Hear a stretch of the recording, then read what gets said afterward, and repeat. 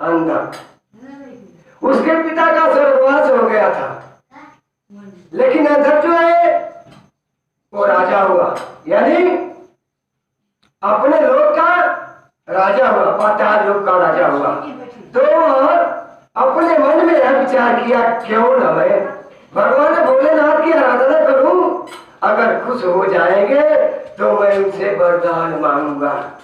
देखिए मेरे भाई बहनों, वो अंधक दुष्ट करता क्या है, भगवान शिव की इतनी तपस्या किया, इतनी तपस्या किया कि भगवान शिव खुश हो गए, आकर खड़े हो गए, कहते हैं कि अंधक मांग लो, क्या वरदान मांगना चाहते हो मांग लो, आज मैं तुम्हारी तपस्या से खुश हूँ, जो मांगना चाहते हो मांग लो। अंधक बोला कि हे शिव परमात्मा, अगर आप खुश है तो मुझे अमरत्व का वरदान दे दीजिए कि मैं किसी से न मरूं, मुझे अमर होने का वरदान दे दीजिए। भगवान शिव बोले कि भाई देखो, जो प्राणी इस धरती पर आया है उसको एक दिन जाना ही जाना है, तुमको भी जाना होगा, यह वरदान मत मांगो, दूसरा मांग लो। लेकिन अंधक नहीं मानता है, नहीं प्रभु आप खुश हैं, देना चाहते हैं तो मुझे यही वरदान चाहिए, मुझे अमर होने का वरदान दीजिए। कहा कि नहीं मानो वरदान दूंगा, लेकिन तुम अपनी इच्छा से मरोगे, ये भी वरदान तुम्हें साथ में देता हूं कि इच्छा मृत्यु, तुम जब चाहोगे तब मरोगे, तुम किसी के हाथ से नहीं मरोगे। ये मस्त करके भगवान भोलेनाथ चले गए।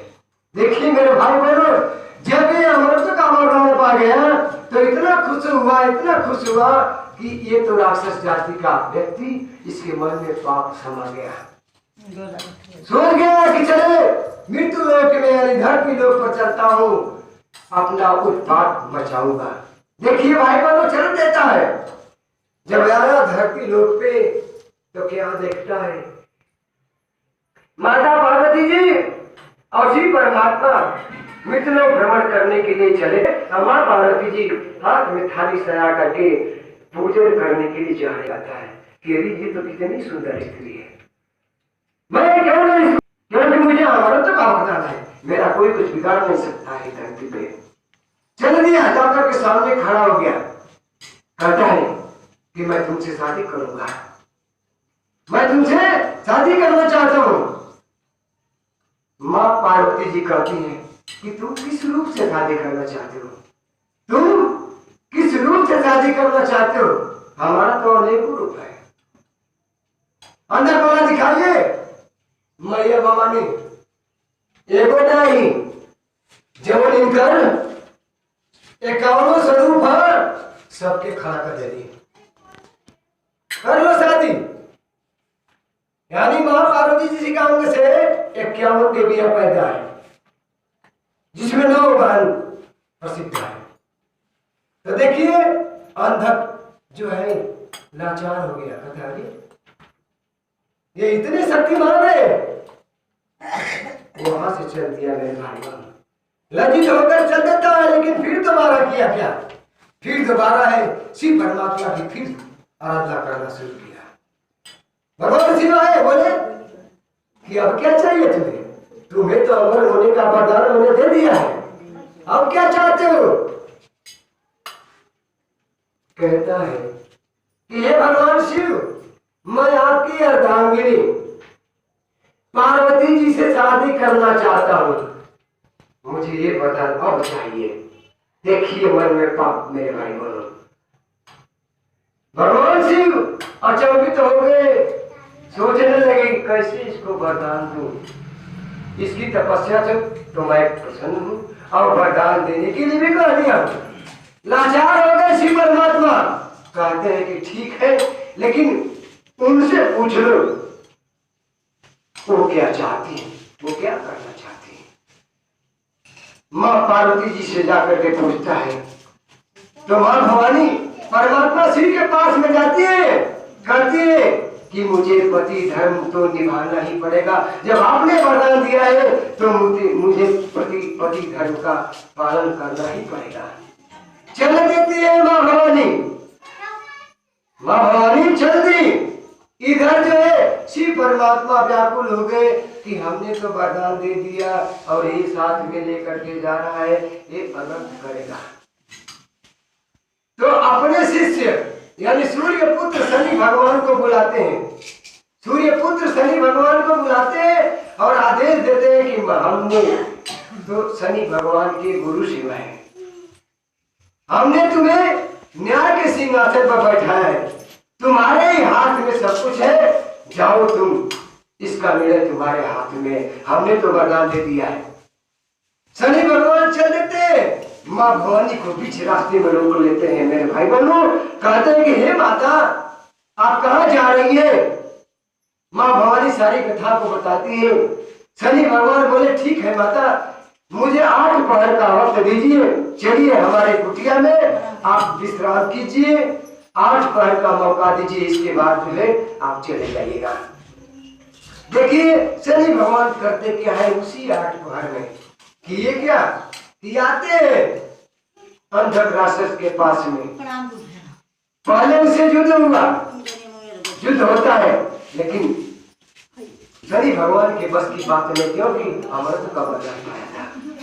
शनि भगवान सोच गए कि इसके साथ में अब छल करना पड़ेगा, इसके साथ में छल करना पड़ेगा। छल क्या करते हैं? आप लोगों ने सुना है कि राक्षसों के गुरु शुक्राचार्य, राक्षसों के गुरु शुक्राचार्य, और शुक्राचार्य का रूप बना लेते हैं शनि भगवान। शुक्राचार्य के रूप में आकर के खड़े हो जाते हैं अंधक राक्षस के पास में। राक्षस सोच गया कि तो हमारे गुरु हैं, प्रणाम करता है, पूछता है तुम्हारा गुरु, तुम्हारे पिता इस दलदल में फंसे हैं, यानी मृत्यु को प्राप्त हो चुके हैं, अगर मैं चाहूं, देखिए कितना फंसा रहे हैं शनि भगवान शुक्राचार्य के रूप में होकर के, मैं चाहूं तो तुम्हारे पिताजी को जिंदा कर दूंगा। अर्जुन बोला कैसे? भगवान शनि कहते हैं जो शुक्राचार्य के रूप में है कि किसी व्यक्ति को अपना प्राण त्यागना पड़ेगा, अगर वो अपना प्राण त्याग देगा तो तुम उसका पिता भी जिंदा हो जाएंगे, और जो प्राण त्यागेगा उसको भी मैं जिंदा कर दूंगा। इतना प्रलोभन जब देते हैं शनि भगवान, तो ये लालच में आ गया, कहता है कि अगर हमारे पिता जीवित हो जाएंगे तो क्यों न मैं अपना प्राण त्याग दूं, क्योंकि मुझे इच्छा मृत्यु का वरदान है, मैं अपनी इच्छा से मरूंगा। करता क्या है कि अपना प्राण निकाल करके डाल देता है अपने पिता के शरीर में, पिता जीवित हो गए। और शनि भगवान करते क्या है कि इसको जिंदा काहे को करेंगे? सोचिए, इसको क्यों जिंदा करेंगे? नहीं जिंदा की, सोचिए, क्योंकि इसको मारना था किसी तरह से, फिर भी देता है हथियार के नीचे मार के कहे पाप कर लूंगा, तुम अपनी इच्छा से मरोगे ना। यानी प्राण निकालने से पहले कहे थे शनि भगवान, कोई हथियार दिया कि आप मेरा प्राण ले लीजिए, लेकिन मेरे पिता को जिंदा कर दीजिए, लेकिन शनि भगवान कहे नहीं, ये घोर अपराध होगा, तुम अपनी इच्छा से मरोगे, इच्छा मृत्यु को प्राप्त किए हो ना, तो तुम अपनी इच्छा से मरोगे, तब तुम्हारे पिता जिंदा होंगे, इसके बाद मैं तुमको जिंदा करूंगा। इतने में देखिए मेरे भाई बहन 8वां पहर आ गया। माँ भवानी इंतजार करते करते चल देती है वहां से, और इधर जो है जैसे ही अपनी इच्छा मृत्यु को प्राप्त होता है, ये अंधक राक्षस वहां से शनि भगवान जो है चल देते हैं, क्योंकि इसको मार दिए, अंधक राक्षस को मार दिए, जो करना था वो कर दिए, न उसका पिता जिंदा हुआ न ये, दोनों का काम समाप्त हो गया। मेरे भाई बहनों, जाते हैं माँ भवानी को साथ में रोक लेते हैं, और रोकने के बाद में माँ पार्वती जी को लेकर के शिव लोग पहुंचते हैं, महादेव जी के चरण में पहुंचते हैं, सौंप देते हैं कि हे गुरुदेव लीजिए आपकी अमानत।